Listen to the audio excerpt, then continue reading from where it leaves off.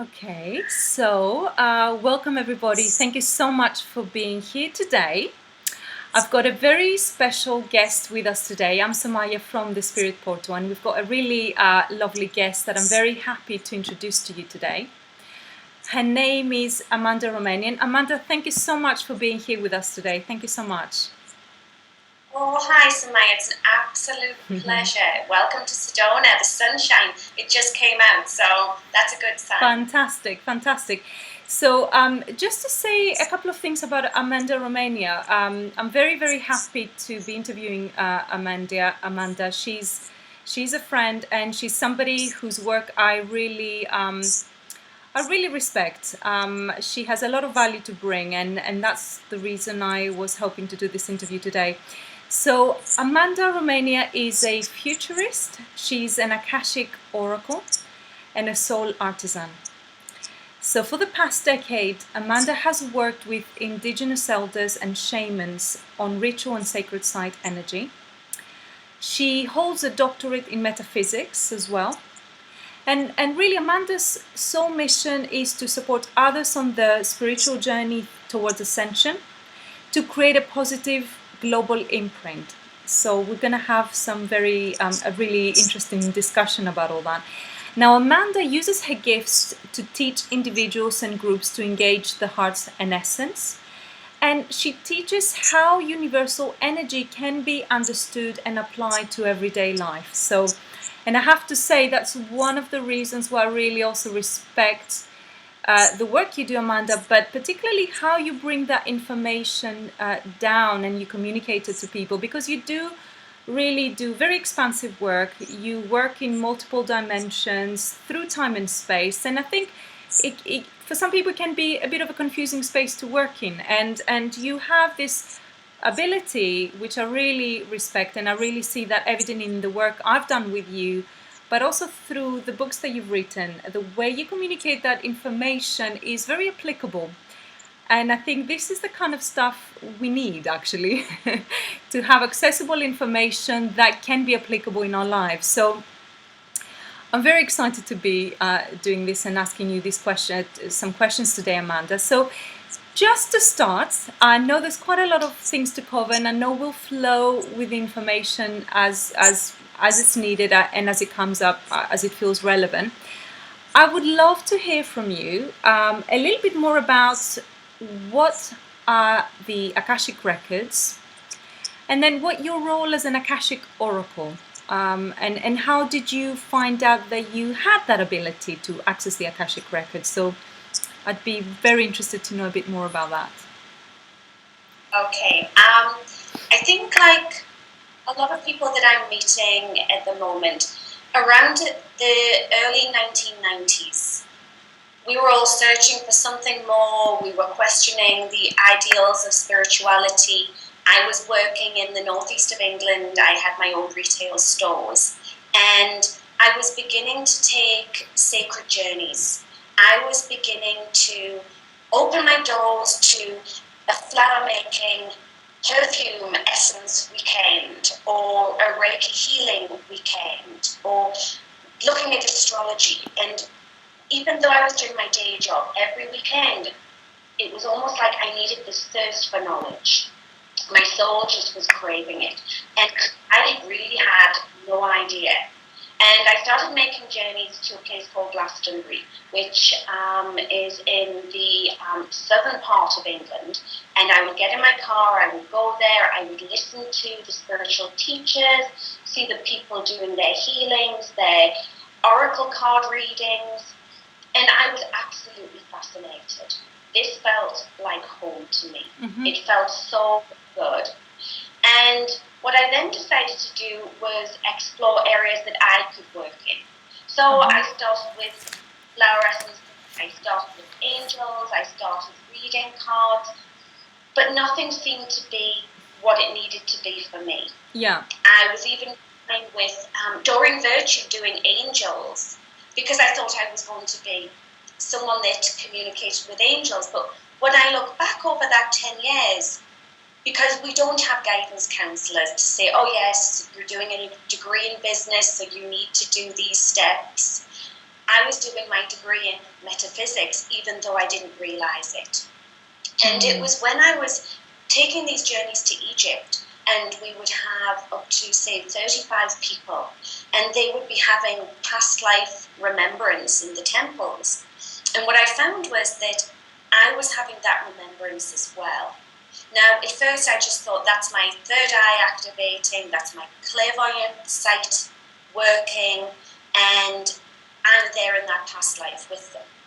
Now, after doing so many people for 2 weeks, I was exhausted by the time we'd gone through every temple and to do the work in the pyramids. And what I realized that on a historical level, I could not have been in those timelines with those people on those past lives. So how did I know this? And I started to search out how it was very easy for me to move through different dimensions, connect with different elementals, angels, ascended masters. And it was almost as if I could take someone into a place, let them do the work, and I would just watch and then bring them back. What I also learned was in the Great Pyramid on Giza Plateau, there is, in the King's Chamber, there is a large stone sarcophagus. That's right, yeah. And what I realized was that when people were placed into this, it was a star chamber. And I was able to take them through this safely and then bring them back. What I also realized is not many people could articulate or explain what it was. They just had this, oh my goodness. So I started thinking, how do I tell the stories? How do I place the messages over? And my last Egypt trip that I took was 2010. Which is when actually I met you, It's when we met. And in 2011, what I started to do was I went into Hay House and I went to a writer's workshop, and they said, you can write a book. And when I returned, someone, I was Googling, and someone came up in a video on YouTube, and she said, you can write a book in a weekend. You just bring all these pieces together and you balance it. This many words, you can do this. So what I thought was, how do I explain what it is that I do? Because up till then, most people would say, I've been for a session with Amanda, but no one could quite articulate it. And that's where I started looking, and I thought, okay, I work in the Akashic zone. The Akashic is a database. All it is something like a computer, and you are like a physical computer, and all your files, everything on your desktop, your spam emails, your pictures, your videos, everything is a data file within you. And the Akashic is a collective of that. So that's how I realized we can plug in and we can run this data.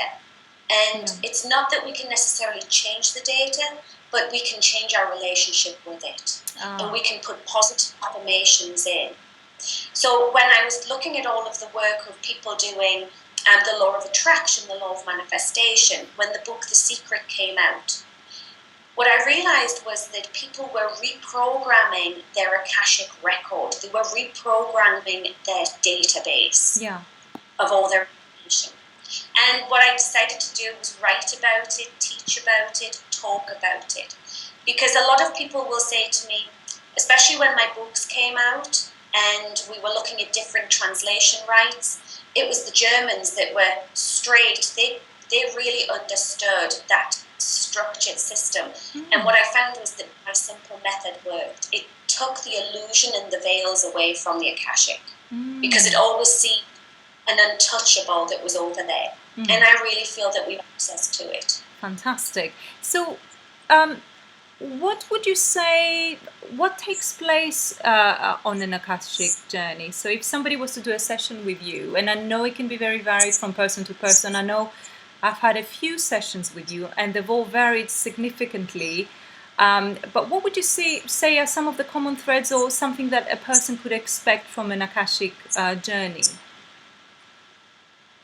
The first thing I always will say to someone is, what is your major concern at the moment? What is it that you feel is a block in your life, or what is it that you want to explore? Yeah. And once you can gather, it's almost like you're gathering that thread. Fantastic. So we're going to bring that thread in. And I have a process where I will say, okay, we will either do some healing on this, we will do clearing on this, or we will gain clarity on this. And then what happens is we go into, it's a little bit like a heart meditation. Yeah. And over time, what I've found is that people are able to access this heart energy so quickly now. It's almost instant. And we frame them in a total column of golden light. And if you imagine that there's a matrix above us that our soul star chakra connects into, so it's almost as if we've got this antenna going on. Yeah. Once we connect that up, we're into the bigger Akashic record. We're into the universal, the cosmic, the earth, but it's bigger than I can even imagine. Yeah. And then what I do is taking a person with their clairsentient, clairaudient, clairvoyant gifts or their abilities. Some people are visual, some people feel, some people hear. I will navigate them through areas where it makes sense to them. Yeah. So the first point I take them into is the place I call the garden sanctuary. And I'm looking for, they're in a deep meditation, floating space, and I'm just asking them questions. But the difference is that I'm plugged in with them. And what they're telling me, colours, numbers, has a significance. Yeah. So I can detect, and then I can decode. And then most people, we will go into past lives, because they may be old contracts. There may be things that they've done or things that have happened to them that they just need to observe, make their peace with, and then come back into this lifetime knowing that they don't have to deal with that recurring karmic past life. So in a way of kind of reliving experiences in this life that are actually more to do with the past life than it is to do with who we are now. And we are being held back by reliving that rather than releasing it. So you help them release what is not wanted anymore in that respect. Okay. Yeah. And they're replaying these old records. And that's why I was laughing, because I was saying to someone, we get our computers updated every 2 to 3 years. Yeah. We clear and we but we never do it for ourselves. Yeah. I think it's a nice analogy, that, isn't it, actually? Yeah. And I'm not the most technically articulate, so I really depend on those specialists in the computer stores. But by going into this and saying, how do we work with this? How do you clear it? I've learned, I guess, a language that I can explain the records with, because most people get computers. If they don't get computers, they get mobile phones. Yes, it's very absolutely. Similar. Yeah, I just wanted to bring something up because of sort of highlighting an area from having worked with you through doing an Akashic journey, and perhaps for somebody who might be a little bit, not as trusting in their own selves about their own abilities of seeing or hearing or understanding, or feeling like, okay, if I was to have this session, how would I know? And I have to say, something that really struck me with having a few journeys with you, Amanda, was that what you discussed about going into the matrix, it's almost like I really felt you were plugging into a very strong source energy that actually highlighted the energy of the experience. It made it so much more easy to connect. And I think that in a way felt significantly different to, say, my day to day. It kind of almost felt like being in a deep meditation without really having done the meditation. So I think that's something to kind of highlight to people, that actually, I did find that interesting, that there was a charged energy that really kind of held really strong energetic space for the seeing and the hearing to take place and to access the information. What would you say, what's that energy about? What would you say, where is that energy linking to? How I would describe it is where it's almost as if it's linking to direct to source. Mm-hmm. So when I first was starting to evolve, because what I found was that as my journey evolved, my therapy, my method evolved as well. Sure. So at first, it would simply be, we're going to connect we're going to ground. It's very important that I keep people grounded and safe. That's one of my priorities. And that's why when you come out of session, you go, wow, I learned a lot, but I feel okay. Because you've come back with so much information that you needed to gather. So it was very important to ground. And then it was a case of, okay, I'm going to take you into the Father energy in the heavens above. And then that wasn't enough. And then we would go past and through different planets, but still that wasn't enough. And what I find myself now is going back to an energy that we call central sun, which for me is not the sun that we have here. Yeah. It's further out than that. Even it's so far, it's almost as if I don't want to sound as if it's too far out, but it's almost like the light of creation. It's going back to source. And what I found was that our energy field within our hearts, in our sacred hearts, we have something that I call a star seed. So it's almost like a teeny tiny spark of when we were created.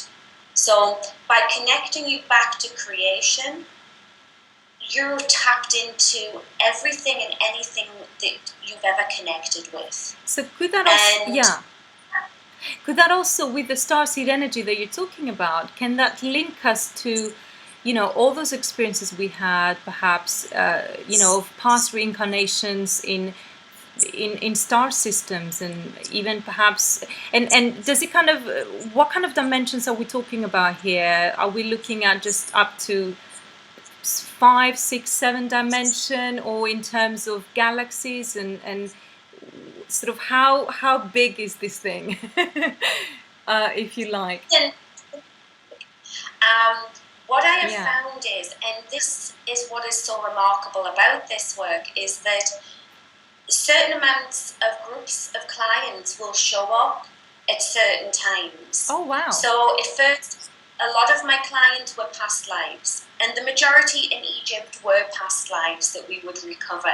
Yeah. And then I found a few of people that had been on journeys, and especially people like yourself, Samaya, that had gone through a lot of your past lives. You were able to turn around in your past lives in a moment because you could identify the blockages, you knew how to work the energy. So past lives weren't so much of an issue. You didn't have the present lives, and what I found I was then taking people to was an area of life between lives, of, okay, so when you go through into spirit, what is your job? That was, for people on a spiritual quest, that was an amazing tool. Wow. For me, I work in a library. I work in a library gathering people's records, directing their records. That's what I do. So to know that I do that on a etheric level makes it so much easier to do it on an earthbound level. Fantastic. And then I found a lot of people that had big purpose, a big mission. They were wanting to look at future lives.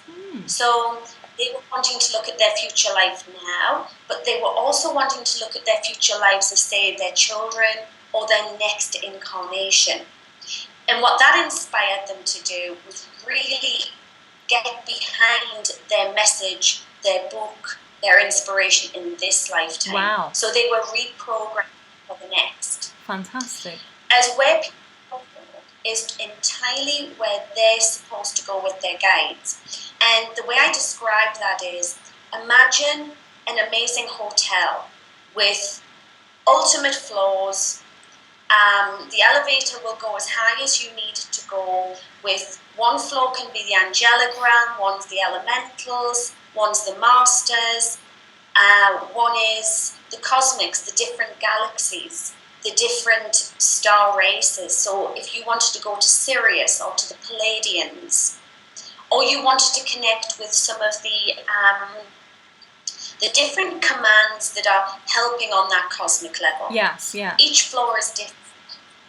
And what I found I had the ability to do was be a sort of concierge and plug in the elevator and take you there.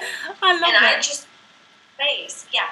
So sometimes I would think, oh yeah, we're just going to go to the garden and then we're going to do this and the guide's going to come, and then they say, I've got 3 star beings. Okay, and where are we sensing that? Well, they're from somewhere called Andromeda.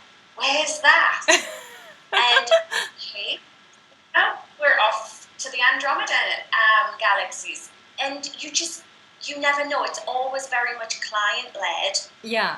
And you just trust it. And actually, it's a fantastic way. And I'm really pleased that you've kind of shared that information, because I really kind of wanted to give that picture to people that actually it really goes as far as it can go. You know, it's a big picture really we're looking at here, and all the different levels that you've explained. So it's really great for people to get a sense of that vision. But I remember once we were having a session and we were looking at my property abroad in Greece, and we were going to be visiting there, and next thing we knew, we were catapulted to an ancient town in Egypt. I think it was called Tarnis. I don't remember that well very much now. But and we really looked, we went underground into the city and looked at a past life that was kind of going to be creating a link to the situation that I was looking at where I had the session with you. And before I knew it, we were, and I was exploring this past life and receiving some healing from that. So I think I can definitely vouch for what you're talking about, and remember being really amazed with that. And in a way, that experience opened up a door for me understanding much more about myself and really looking that way back and integrating energies. And I think that's the next thing I wanted to talk to you about, because I used to have this belief, and I think maybe some other people do, that, you know, okay, so there were past lives, you know, so what big deal, you know, really now is what's important. And I think you shared a bit about that actually when there's energies and patterns and broken records that we play from back that time, it's really worth revisiting to actually release. What would you say in terms of coming back to this thing of energy? How have you found, how beneficial have you found to have been the release of that energy in your own life, for instance? Has it had a dramatic effect? Can it really play out in such a strong way, do you feel? Oh, absolutely. Absolutely. I started off selling shoes at 15 in Newcastle in the northern part of England. And I was on the track to a business degree. I was at Durham University. I was doing my doctorate in business. That's what I loved, retail. And what I realized was there was a very significant past life connected to geishas in Japan. And it was something that someone had told me. She was a reflexologist, and she was on some of the Egypt journeys. Amazing healer. And one day she said, you know, I've just done X amount of healings. I have finished my contract now. And I didn't understand what she meant. And then I was working, and I owned my own business with Clark shoes, where you're fitting children's shoes. Yeah. And there was one day, the business wasn't going exactly as I wanted it to, but I didn't really know where I was next going to. I just had to trust. And there was one day this little one came in, and I fitted her shoes, and I thought, that's my last one. Wow. I have done a refitting of shoes in this lifetime. My contract is done. And it wasn't that I was going back into that geisha time and poor me, or it was terrible, or it was this, or what I looked at was, what can I learn? What were my gifts? What was significant in my life? And then apply it into this life. So almost map it over without reliving that lifetime. And what I realized was, because I'd received that message, I followed my heart. A few weeks later, I sold that business, and I got on a flight and I went to the US, and I went to a seminar where I reconnected with someone that I'd met in Bali, an American man. And we just had similar outlooks. We had great friendship. And he was working on projects in Central America. Now, I finished doing a lot of the work in Egypt, and it was probably 2007, so we were getting ready for the 2012 shift. So all of a sudden, there I am in the middle of Honduras, Central America, in the rainforests, going to these new temples and applying the work that I'd been doing in Egypt over to another part of the world to get it ready for that transformation that Central America was going through. So I found that everything was synchronistic. Yes. That led me to California, and now I'm in Sedona, which for me is one of the metaphysical, spiritual capitals of the world.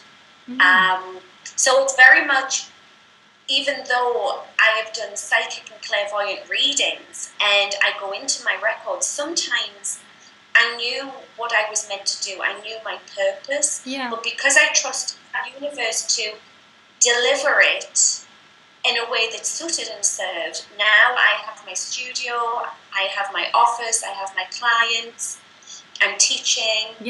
But I never expected it to look like this in the physical level. So that was a surprise. So it sounds like, in a way, it can be, it can provide a huge radical change that can really shift the rest of our lives. And also, from what you've just shared, it kind of brings into mind that if people are in that transition in life, perhaps they would really benefit from having something like an Akashic therapy, but perhaps they bring that more awareness, that consciousness, if a contract has ended in our lives, and that perhaps sometimes the reason why things don't go well with what we're doing is because we have reached that end, or it's not what we are meant to continue. So it might be a huge relief for people to really bring clarity and insight in that, to really know for sure.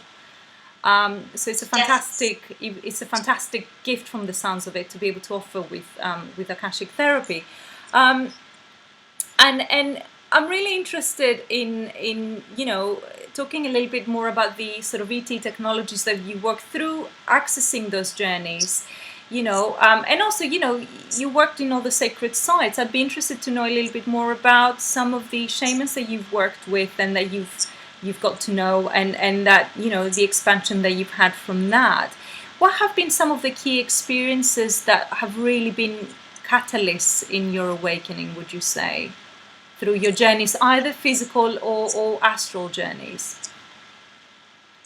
I think that if I had to look back and review, there have been two areas of what I call my shamana teachers. And first one was in Egypt, and it was a gentleman called Hakim Iwan, and he was an amazing teacher of both ancient Egypt but also of energy.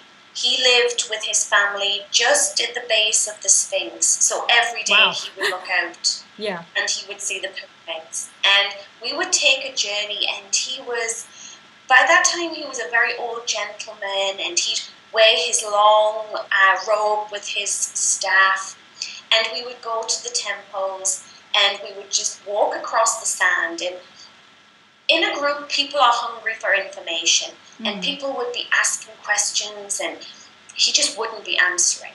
And he would just be moving through, and then he would stop, and he would say, "Did you understand that, Amanda?" And I did, because it was like this telepathic. And he would draw squiggles in the sand, and he would shout at the tourists.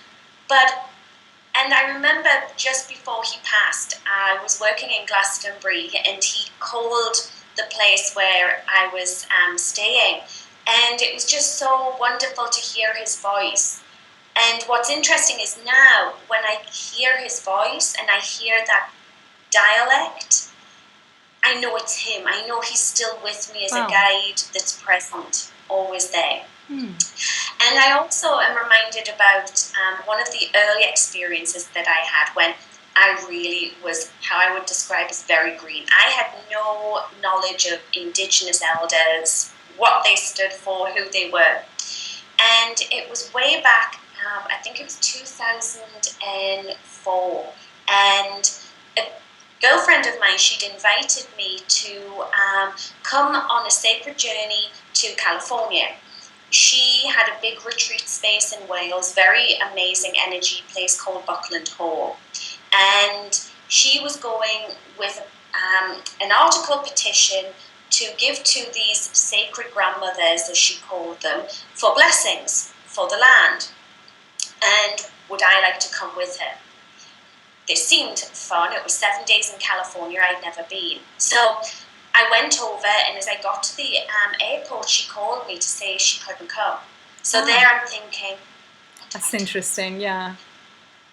I get on a flight, I go to California, and I think, well, if nothing else, I'm sure I can get a map of the stars' houses, and I'm sure they do trips, and I can have some fun. No. The next morning I come downstairs, and I say to the receptionist, I've got to get to this Big Bear Mountain. And she looked across, and there's this guy in khaki clothes with an Indiana Jones hat. And he looked and he went, "You're Amanda. You're the girl from England. Wow. Come meet the grandmothers." Wow. So I go out, and there's all these ladies, older ladies in big cardigans and dresses with big hats. And we just have breakfast. And they must have taken pity on me, because they said, she can stay with us. I'm only 5 foot tall, so I'm a giant among fairies, but in most places I'm still very tiny. And they said, no, she can stay with us. And it wasn't until I would open the bedroom door of, we were all in these like small wooden condominiums. And people would be praying, and people would be bringing gifts. And I would close the door and say, "Grandmas, there are people outside." "We know, dear, we know. Now we have to get ready for ceremony." So they would all get ready in their finery, and I had Grandma Flodemere the Mayan, Grandma Virginia. She was from New Zealand, a Maori elder with full tattoo on her mouth. Grandma Connie was a Hopi elder, and these were just women. Wow. They were like your grandma, my grandma, but they had such connection with spirit. They never gave up that connection with spirit. Spirit was with them. They were on a mission. And what was lovely for me was I could make them tea. I could bring them the snacks, the cookies they needed, go into ritual with them, and come out of ritual with them. Wow. And that was an absolute privilege that they had that trust level with me. And from then on, what I would find is that I didn't have this fear or this, I had this utmost respect, but at the same time, I realized that these were people doing a spiritual journey just like me. And they'd evolved with it. And so, yeah, that was so much. When I look back, oh my goodness, I broke so many grandma rules. It was crazy. But I had a time of my life, so. It sounds fantastic to be in the presence and to have that experience of sharing with them, really. And in terms, I know we've talked, one of the things that I feel in that you really bring is the connection to the divine feminine. And I know you have a very close connection with the Isis temple in Aswan. I don't know if that's still the case, if it still resonates quite in the same way. I'd love to hear a little bit more about your particular spaces where you feel really resonate with you, and where you feel they can sort of amplify your energy. They can bring that sort of, they feel like home. What would you say are those places for you at the moment? There are two major places for me in Egypt. Well, actually, I would say there are three. The first one I would say is my connection with the Great Pyramid, and the aspect and the honor, I have to say, it's an absolute honor of being able to work in there. My job within the group was always that I was the last person to follow the group into the King's Chamber for private ceremony when we would do that, and then I would be the last person out. So that was an absolute honor, and taking people through the sarcophagus into other dimensions. And so that for me, when I need to do some work within myself, expansion, that is the place I go. The next major temple for me, well, there's so many, I love them, they're just like aspects of home, but one that's really come back onto my radar in the last 2-3 weeks is the Osiris temple at Abydos. And I've been rereading an amazing book about a woman called Dorothy Eady, The Search for Om Seti. And she was a woman born in 1900 who at 3-year-old had this past life re-memory of a time in Egypt. And the way that she describes the temple, and she describes Osiris, the father energy, was just the flower of life. It was just so comforting for me. Wow. And I know that in that temple is a particular stargate that connects back to my heritage within the cosmos. And then I come back to Egypt of Philae Temple, the temple of Isis. And a lot of the women that I meet that come through for regressions, one of the things that I love to do is really connect them to that, because they all had a time of service. And they will often say to me, oh, were you a high priestess? Were you this? Were you that? No, I lived many times in that temple, so I saw many different aspects. But every time my job would come back to looking after the infants, looking after the little ones. So my work in that temple was to see the evolution of women in their spiritual growth. And they embrace their femininity whilst they bring back their feminine gifts. So part of my work was getting them ready for this initiation with Isis and helping them see that they don't have to be afraid of their gifts, that they've all got talents, they've all got beauty. But because when I look back in my past life regressions, a lot of them I see as little ones. I see the innocence and the perfection and the way that they want to explore life. And that's why when they come to me, and it doesn't matter what age they are, I see that inner beauty in them.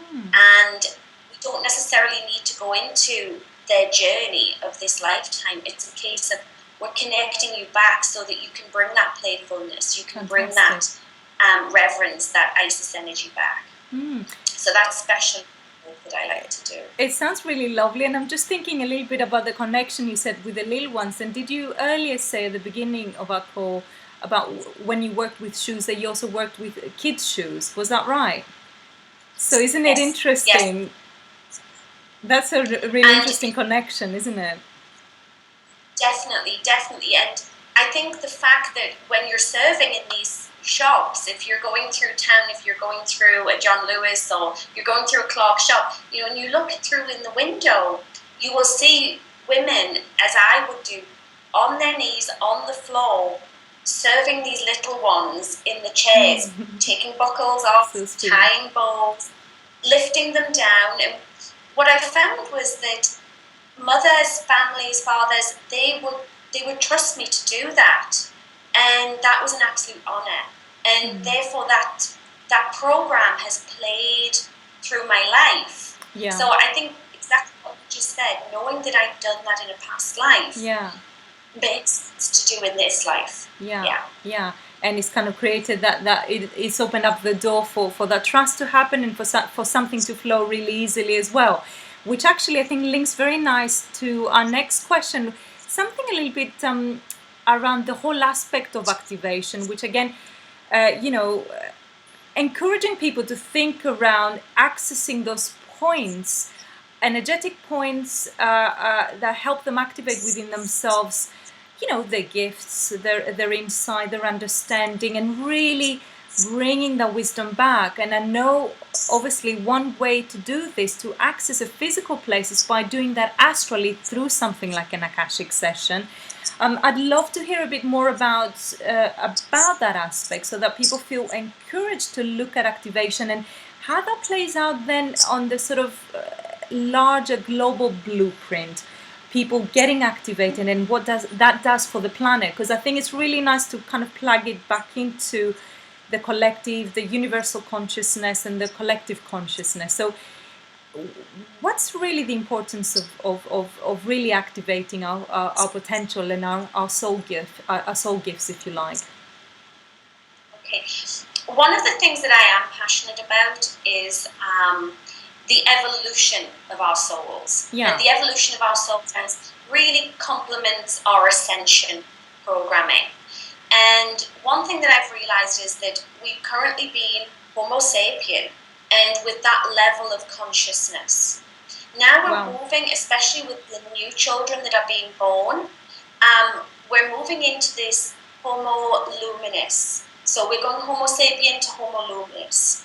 And when I say that, it means that we're more light, we're more connected to the environment, we're more sensitive, we're more clairvoyant. We have the skills that we used to have way back when people connected to, say, Atlantis or Lemuria. So to reach that kind of evolution, which would mean that we would have a collective consciousness that's of a higher vibration, what we need to do is really accept our oversouls, accept our higher selves, accept our energy bodies, have some awareness of it. The more that we have in society or nation or patterns across the world, the greater the numbers that understand that and work with that. It's like tipping the balance into a greater awareness consciousness, which is a great positive thing for the planet. And Greg Braden with Hay House is writing about this at the moment. He calls it something where we have reached this timeline and we're really experiencing it and we're having to live it every day. Now, a lot of people will say, well, I can't have the time. I have a 3-day life. I have children, family, 2 cars. I have all of these things. I can't just give all of that up. I don't know another way. And what my thinking with that is that you can actually have the things that you need, your home, your vehicles. You can have all of these things. However, if you're having a collective consciousness for the group, it doesn't mean that you have to be in a poverty consciousness or you have to be in a, there's no good things for me. Yeah. I believe in abundance. I believe I decorate my office with abundance. Absolutely. Because I believe that the world and the universe is there to give those things. But it's how we work with that frequency. And we all come in after levels in past lives with, I believe, a lot of keys and codes above our heads. And a lot of healers, a lot of mystics will be able to see that for you. And they will say, you have the ability to be a healer, you have the ability to be a gifted person who works with crystals. But sometimes you go, well, it hasn't appeared yet. That's because you haven't gone through the element of activation. And it's in sacred sites or with going into different dimensions. And you can do that with Akashic therapy that you download. And I didn't really realize this until I got here in Sedona, Arizona. And Sedona, Arizona is a place, it's a 4,000 elevation, and it was known as the Native Americans' Vision Quest. Oh, wow. Red rocks, it's amazing. It's gorgeous, and it is absolutely stunning, and it's vortex energy everywhere. And what I realized with that was when I started working in different spaces, I would see people come into the stores and they would be having this emotional time. And what I was saying was their keys and codes coming in. And I would say, where have you been? I've been on Reiki workshop and it's day 3 and it's been great, but why do I feel so emotional? In the same way as it would happen sometimes in Cairo in Egypt when we would be working there, and all of their keys and codes were coming in. And you need to take time and you need water and breathing and gentle space. But what I'm finding is in different places and with different people, it's activating very, very quickly. What we used to do in, say, a lifetime, we're now able to do in 2 or 3 years. Wow. And what I'm also realizing, and this has only been, and I'd like to share this with you, in the recent couple of months, that the reason why Akashic work, record work, writing books, writing inspirational messages is so important right now is because we're not having to do that when we go back into the life between lives and go through the records and go through the contracts. Because we're evolving in consciousness, we're allowed to do it on the earth. Wow. Seal that record up, let that record go, open a new one. Fantastic. The Egyptians believed that you were born into certain temples on your ascension journey. Right. So you would start at certain levels. Once you came to be a priest or priestess in around the pyramids, you're nearly off the wheel of evolution. And I know that goes through a few different religious, where they go through the wheel of life. The wheel of life, the Buddhists have, yeah. And what I realised is we're actually able to do that now. Because people are cleaning and clearing these records so quickly, and they're starting to write new ones. And that's why I think this evolution in self-publishing is so important, because people are able, like you, Samaya, you're leaving this wonderful legacy of videos and content and sessions, and you will have that urgency that you need to do this, and that's part of your journey. And it's interesting, yeah. Never thought we'd do this. Absolutely, and I think from what you're describing is I'm getting this kind of thing of actually what we're here now, what we're doing, and it's happening much more quickly, is that we're really creating a new template of experience. This is the new paradigm we've been hearing about, really. It's now coming from us, and it's interesting because, say, through the courses, for instance, I'm creating, I haven't opened up a single book. It's all me. It has to come from me, and wherever else is coming from. But I knew that it has to resonate, and you're sharing this, that in a way we are here to share the gifts that we have and the knowledge and the information, and like you're saying, it's happening much more quickly than it used to. Is this the new 2012 the transition that has happened through 2012, do you feel? Is that what that has facilitated for, you think? Absolutely. I think in 2012, I was working in Central America with the different Mexican temples, Guatemala, Honduras. I was working through a lot of their temples, working up to the Mayan records and working with those energy grids. And it was almost as if 2012 came and everyone would say to me, what's going to happen? 2112, what do you think? And what I saw was a lot of people that were already early on the timeline. So back 2010, some people were actually getting on that 2012 timeline. Yeah. For me, in that, I actually went over in Central America on that December, and I did my own personal journey, and I was so grateful that I said to the records and a lot of what I call crystal skull energy that's there, I'm done. Where is it that you wish me to go next? Where is it that you wish me to work? And that's how I think I came to Sedona, working with the energy here, working with a lot of cosmic energy. And for me, that was a case of, this is what it means. And these Mayan records are written, and now we're able to write new records. We're able to write more books. We're able to write or do videos or do presentations. And what was seeming so difficult years ago with technology is now so easy that you and I, we can be on other ends of the world. Yeah. And this, for me, we're making a legacy record for us both. Yeah. That we had contracted way before, that we've known we had this work to connect, and that you and I want to connect in this way. Absolutely. And it's interesting because the other day I think you posted something in Facebook. You had a book of Egypt, and you were talking about Egypt calling, and actually just a couple of days before that I had seen you in a dream in connection to Egypt and doing a journey in Egypt. Isn't that fun? So it's just this thing. I mean, I do see you doing journeys in Egypt, but who knows if that's going to be what you want to do. But I think this is the thing that I realized. Things do happen faster, don't they now, really? And in a way, and there's nothing to wait for anymore. We're just here to kind of act on that desire, on that passion. What would you say for people who perhaps are feeling a little bit held back at the moment in their lives, in terms of putting the gifts out there, in terms of communicating their message?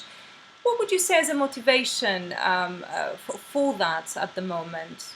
Or as a little step, how is it to begin that kind of process of engaging in that way and putting themselves out there?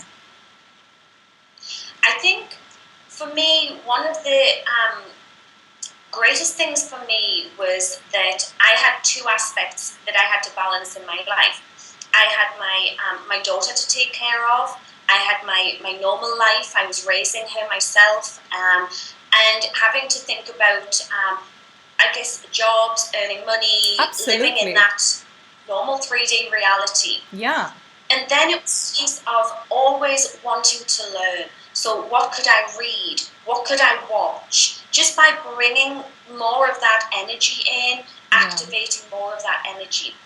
And the greatest thing that's actually held me in the last few years is that I said to someone, I don't want in this lifetime anything to be left on the table.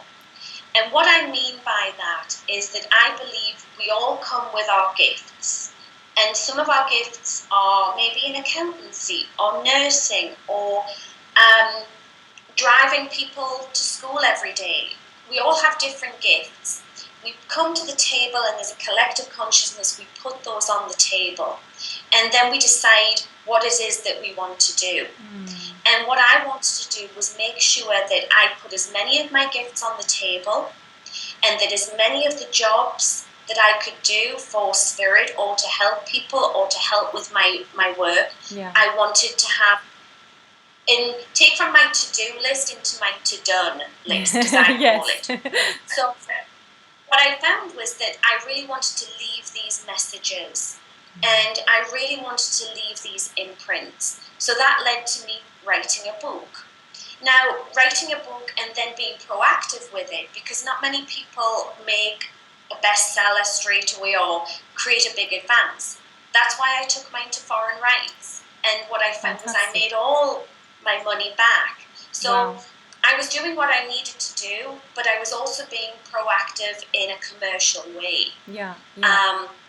One of the things that I'm very passionate about is using my business skills and my spiritual skills to help people build businesses or create themselves to be able to take care of themselves in this world environment while still doing what they need to do. And this is, I think, such a strong message to be putting out there, which I think is so needed for those perhaps who are still locked a little bit in that sort of what I feel a little bit dated understanding of spirituality and the material and the sort of down-to-earth expressive material aspect cannot come together, which is a real shame, and I don't think it's serving anybody anymore. Like you said, we have responsibilities in life, we need to take care of ourselves, we need to pay our bills, and isn't it the best way to do that whilst leaving our purpose and sharing with the rest of the world what we're here to share?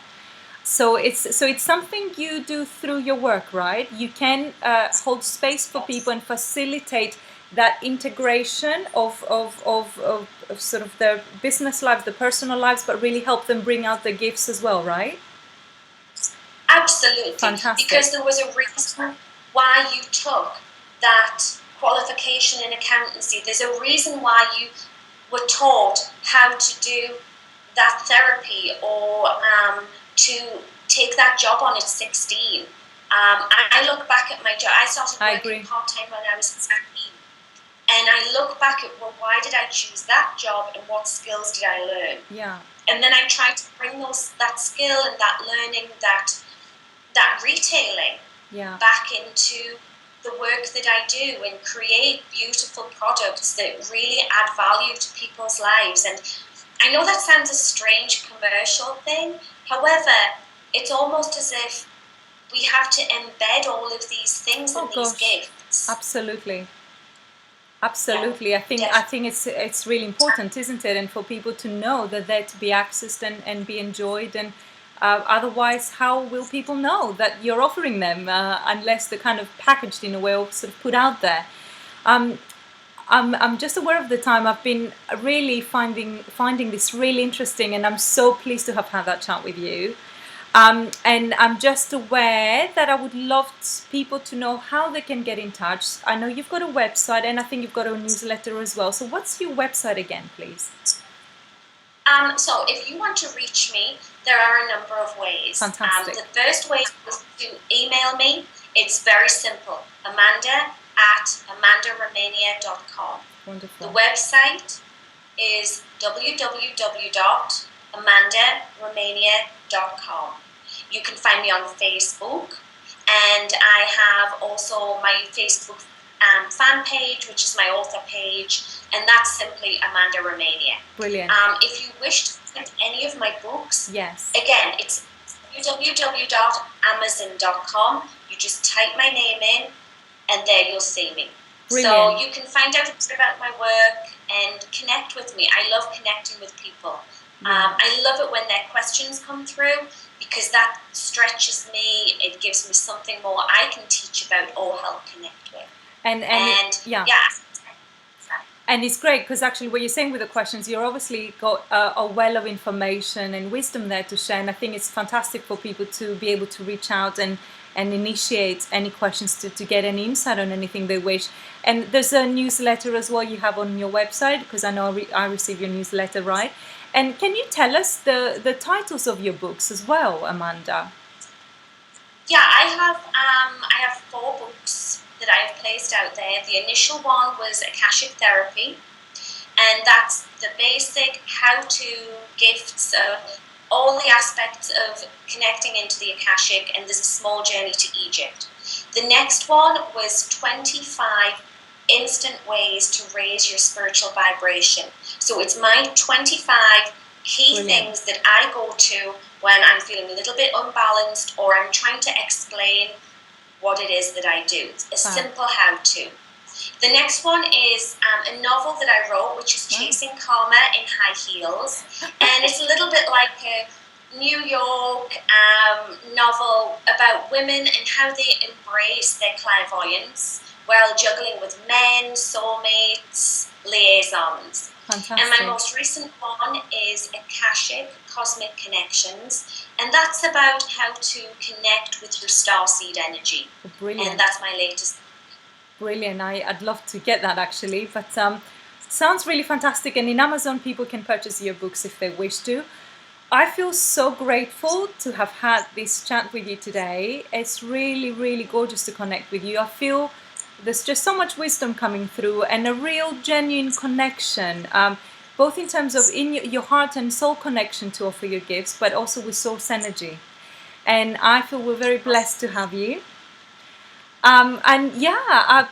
Just a very, very big thanks. I don't know if there's anything before we go that you wish to put out there, anything at all that you can think of. I just wish to give so many blessings for you, Samaya. Aww. You really live your truth, and you inspire people, and you're really taking that journey through.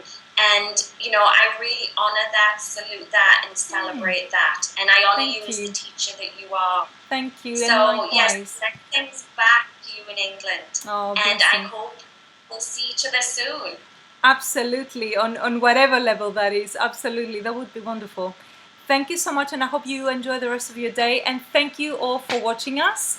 I'm sure you got a lot from having this chat with Amanda, and we'll see you again next time. Lots of love. Bye. Thank you. So.